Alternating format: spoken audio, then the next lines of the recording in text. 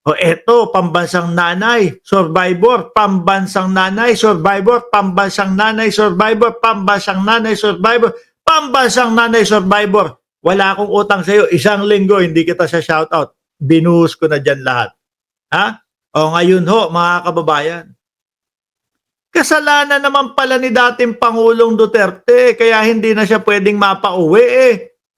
Oh, siya din pala ang may kasalanan kaya malabong makauwi na ang dating Pangulong Duterte. No, yung hinihiling ni Inday Sara Duterte na BP Sara ICC should respect Duterte's right, no? Send him back. Ayan daw po. Ngayon, Duterte's right? Di ba dati, naalala nyo ho, sumisigaw ang dating Pangulong Duterte, oh, ICC, sipain ko pa yung mga yan eh. O ngayon, eto na. Tsaka sinabi ni dating Pangulong Duterte habang nasa eroplano siya, o eto mga kapulisan, ha? Yung pangako ko sa inyo, natutuparin ko, basta gawin nyo ang trabaho nyo, tutuparin ko yung sinabi ko, ako ang bahala sa iyo. Eto, sinunod ko na. Eh dapat, hayaan si dating Pangulong Duterte, no? Na maipagtanggol, ano yung pauwi-uwi.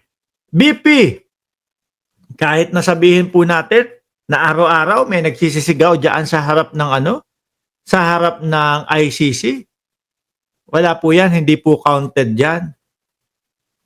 'Di ba? Hindi po counted diyan, mga kababayan.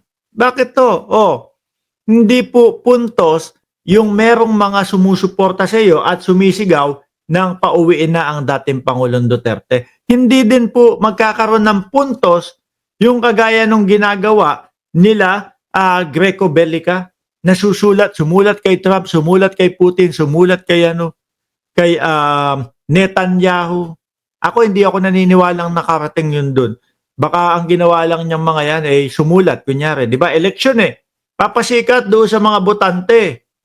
Oh, susulat ako dito. Tapos pinicturan. Pagka-picture, wala na, okay na yan. O basta ito, ginagawa ko para kay dating Pangulong Duterte, talo, wala na. Di ba? Ngayon ang paliwanag ni Congresswoman-elect Leila de Lima, mga kababayan, ano daw po?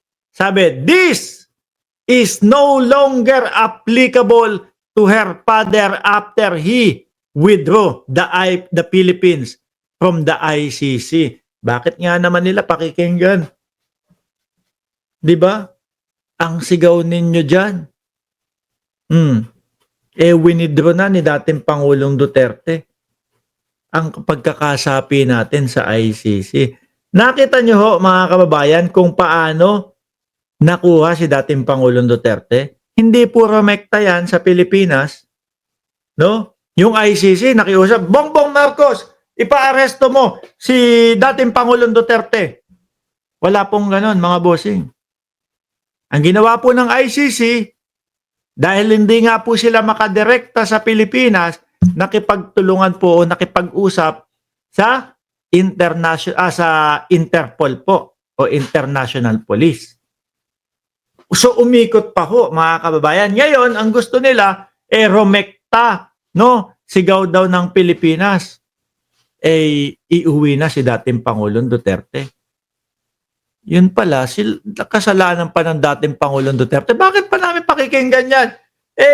Sabi ng Pangulo o sabi ng tatay mo, kakalas na sila sa ICC. Wala na kaming dyan. Wala na kami sagot dyan.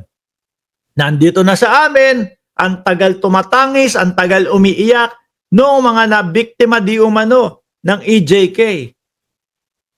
So ngayon, panahon na para balansehin natin ang sitwasyon. Di ba? Nasa harap namin si dating Pangulong Duterte, lilitisin namin. Base kung gaano kayo galing dumepensa para sa kanya. Kaso mga kababayan, yung attorney, di ba?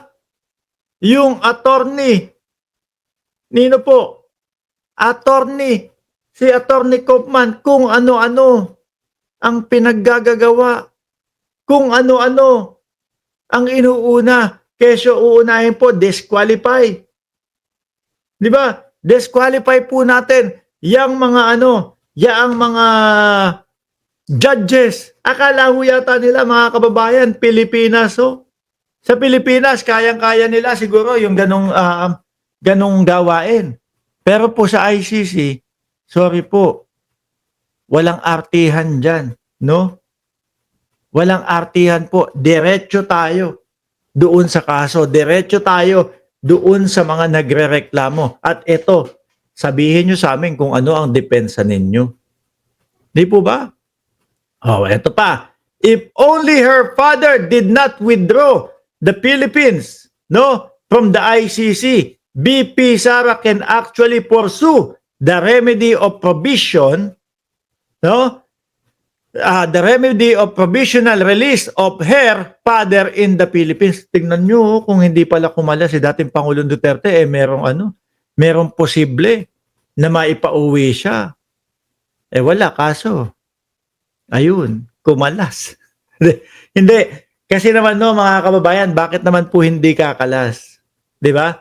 Nung naramdaman niya na, nung napansin niya na mga bossing na siya pala yung iniimbestigahan, kakalas kami diyan. Ako pala iniimbestigahan niyo. Kung ako ho ang presidente noon, alam ko hindi mangyayari. Sample lang po. Kung ako yung presidente noon at alam ko wala akong ginagawang mali, wala akong ginawang kalokohan, hindi ako umabuso sa sambayan ng Pilipino. Ay nako, sige. Wanto sawa kang mag-imbestiga dyan. Lahat ng tanong mo, sasagutin ko.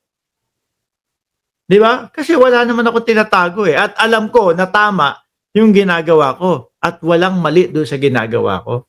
Pero si dating Pangulong Duterte, nung nalaman niya na siya na yung iniimbestigahan, ay dali-dali na po.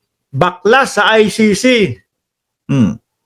Ngayon, napaisip lalo ang sambayan ng Pilipino. Bakit ganun? Natakot siya. Ba't hindi niya ipinagtanggol ang kanyang sarili? Bakit hindi niya idinepensa ang kanyang sarili? Di ba? Sabi ni Marijo, nahawa na din ng DDS kung ano-ano na lang ang pinagsasabi na alawenta. Ayan, yung mga DDS, paulit-ulit doon sa mga walang kwenta pinagsasabi. Pati yung si Koopman, nadamay na. Puro fake news na rin ang pinapaniwalaan.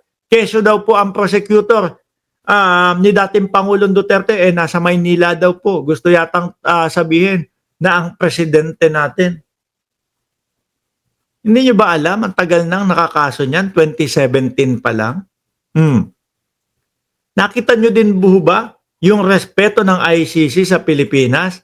Na imbis na sakupin yung buong pagkakaupo ng dating Pangulong Duterte o pagiging presidente niya, hindi po nila ginawa. Mga bossing, hindi po nila ginawa. Bakit? Sabi, hanggang dito lang, hanggang 2019 lang. Kasi hanggang dito lang yung sakop natin dahil si dating Pangulong Duterte ay bumaklas na sa ICC pagkatapos nito. Ginagalang. Kaya ngayon mga kababayan, yung pagkakabaklas pala ni dating Pangulong Duterte sa ICC, magiging dahilan din pala para hindi siya makauwi, Para hindi pansinin yung hiling nila sa ICC. 'Di ba? JP Velasco, salamat po sa inyong super sticker. Pinagkaguluhan daw si BBM sa mall sa MRT, sabi ni Renato Solomon. Sasabihin ng mga DDS diyan, uy, wala kang pumapansin kay Bongbong Marcos doon sa MRT Gaganon ho yan mga yan, mga kababayan. Tapusin ko na to. If only her father did not withdraw the Philippines from the ICC, BP Sara can actually pursue the remedy of provisional release of her father in the Philippines. She cannot ask for his father's release now by simply mouthing platitudes to human rights. Naku, sila pa ngayon ang hihingi ng tulong sa human rights. Naalala ko nung panahon ni dating Pangulong Duterte. Kawawa ang human rights sa kanila. Di ba? Hindi nag-iisip si Manyakol. Grabe magkomento to si Malyari Mascareñas 1834 SMC. Ay, nako po.